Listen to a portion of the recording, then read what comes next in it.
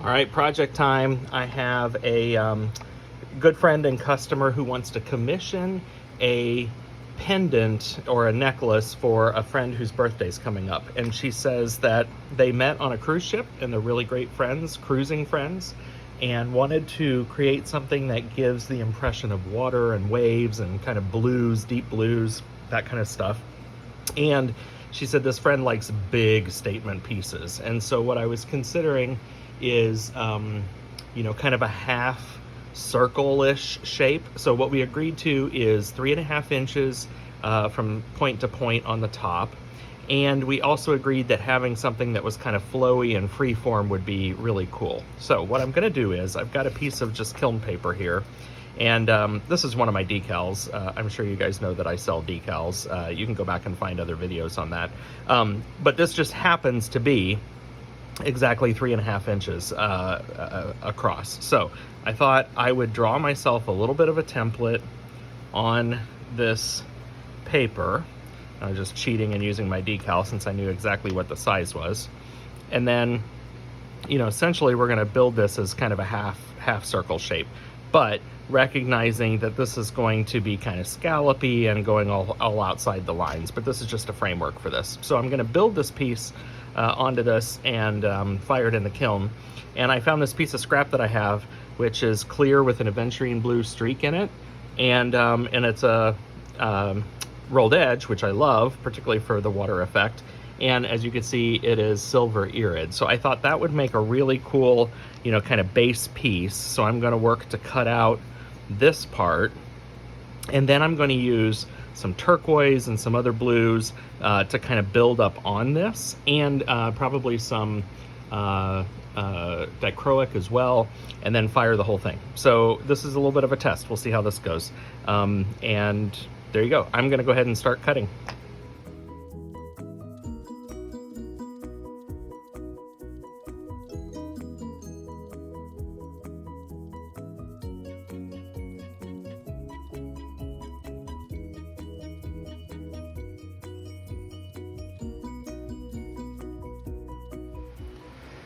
Okay, so, meh.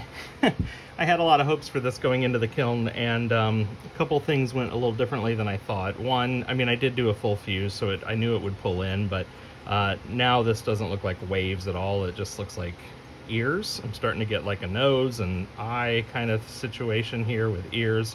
So this is not lost, though. There's plenty to build on. So what I'm going to do, well, and some of the dichro, even though I put it dichro side down, it was so thin, some of it ended up floating to the top. Then I had some confetti dichro frit that I put in there, and then that kind of floated to the top.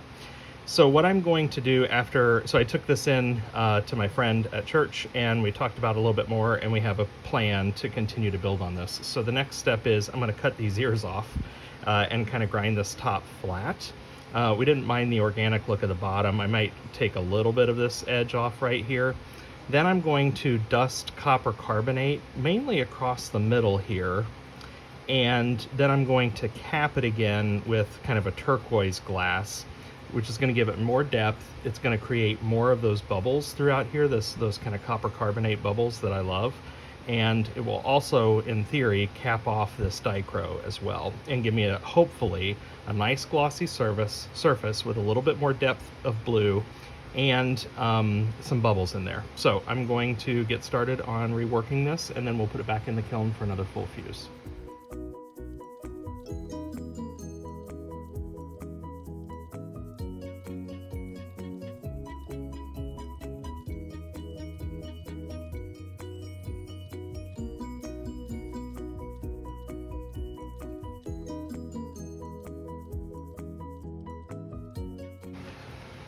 Okay, that was harder to get off than I thought it would be. It was too thick to break. I couldn't pull it off with my breaking pliers. But as you know, I have the flat lap, so my intention was to grind that down flat anyway, so I'm gonna go take care of that. And then again, I might grind a little bit of this edge. All right, I didn't bother to film that because you've seen me use that flat lap before, but there you go. So I did take a little bit of the edge off here. I'm not going for perfect uniformity, but that does look pretty good. Nice flat top to that now, which will all kind of get a really nice fire polish when I put it back in for a full fuse anyway. So now I am going to cut my piece of cap that I'm going to use on this. I'll find some turquoise scrap that I have, and I will dust a little copper carbonate. So here we go with the next step. Well, I thought surely I had some scrap, and I do have scrap, but nothing that's quite big enough. And then I thought maybe I had 2mm, which would be awesome, but I didn't have any of that either, because I didn't want to add a ton of weight to this. So I've got traditional 3mm, but this is light turquoise. A tint, I think, would have worked well here too. I'm just trying to use what I've got on hand, because I don't want to go back to the store, and I've got plenty of glass. I do not need to be spending more money. So I'm going to use this as my template here, draw out my cut, and get that taken care of. Okay, I want to trace this out. It would be easier to see silver Sharpie, but silver Sharpie does not burn off, and I don't want any Sharpie to get into the ground edge of my glass here, because then I might trap that. So I'm going to use a black Sharpie, which is more known to burn off, and I'm going to use a thin point and kind of keep away from it a little bit, just to be extra cautious. So I'm just going to carefully trace this out. I can see the line, so not a big problem. It's just I know silver would show up a little bit better. And again, I'm kind of just trying to rest the edge of the Sharpie against the top of the glass so that the Sharpie itself is not rubbing against the glass. But even if it did, as black Sharpie, it will more than likely burn off. I have tested that theory a couple of times, and it's worked in like high cry factor pieces, but if this is something that's really important to me, I try to clean everything off super well anyway. But I can see what I'm doing here. You may not be able to see that line, but I can see it just fine. So let's get it cut. All right, I'll clean that up a little bit, or not, honestly. Yeah, just a little bit, but we have already talked about it being kind of free flowing, so I'll clean it up a little bit, but it doesn't really need a lot more than that. All right, so here's my copper carbonate. I know that you can get copper oxide to give you the same results. I've seen others do videos on this. I just happen to use copper carbonate. And I bought this bottle, which is 4 ounces on eBay years ago. I've had this for 3 or 4 years, and it's lasting me forever. I know you can get these types of things at ceramic supply stores. Just do a Google search, you'll find it. So what I'm gonna do is do just I'm gonna put my mask on, and I've got one of my tiny little sifters here, and I'm just gonna sift a little bit across the top, or across this middle here, and then that's it. Now here's the tip, and I've talked about this stuff before. Very, very little. I mean very little. When you think you have enough, it was probably too much. So I may have to give this a couple of different tries. I put this on white paper so that, one, you can see it, but then two, if I've gotten too much on there, I can kind of dust it off and try again, because I may have to do that a couple of times to get what I think is the right level. There's already a little bit of bubble action here because I used a puddle that I had made with copper carbonate, so there's a little bit here. So I'm not going to do too much on this side. I want a little bit more bubble action right here, particularly in this empty spot. So that's where I'm going to concentrate my efforts. But even then, very, very little, not too much at all. So, and it's super fine powder. It goes a long way. So I'll put my mask on and then get started.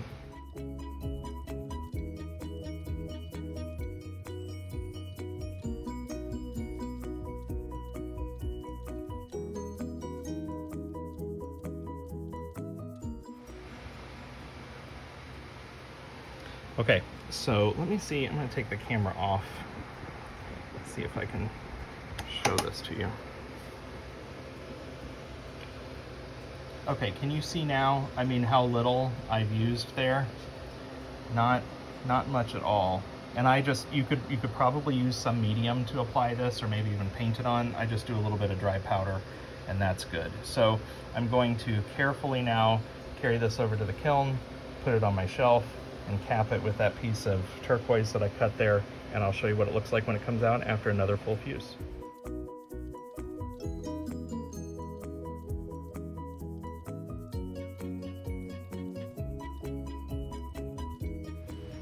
Okay, here it is out of the kiln. Now I did have a big bubble that came up. That was that original one that was in there, another little one. But I added the powder and put that clear or excuse me, that transparent turquoise on top, gave it a nice deep turquoise color.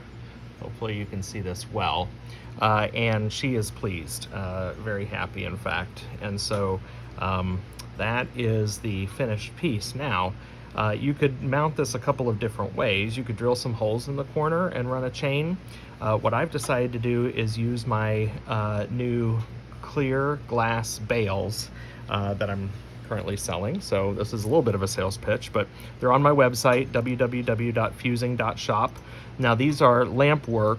They are not fusible glass, so they still have to be glued on, but I just love the look of them, and I think they're perfect for this piece. So you've got that little press leaf kind of look to it, and then that nice loop. And so I'm going to put one under each corner.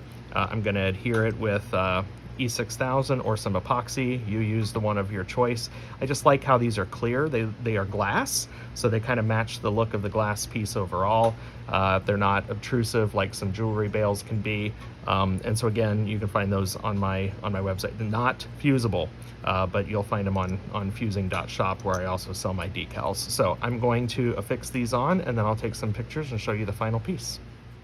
Okay, so here's the finished piece. I'm finding this is so hard to photograph. I did take a couple of photos, but I'm not in love with them. I think dichroic is always hard to capture in photos, but client loved the piece. I glued my bales to the back of these, and you know, they're on there quite nice. They really kind of disappear when you're looking at the front of this, which was my intention. You don't see them, you know, quite as pronounced as you would see a metal, you know, bale.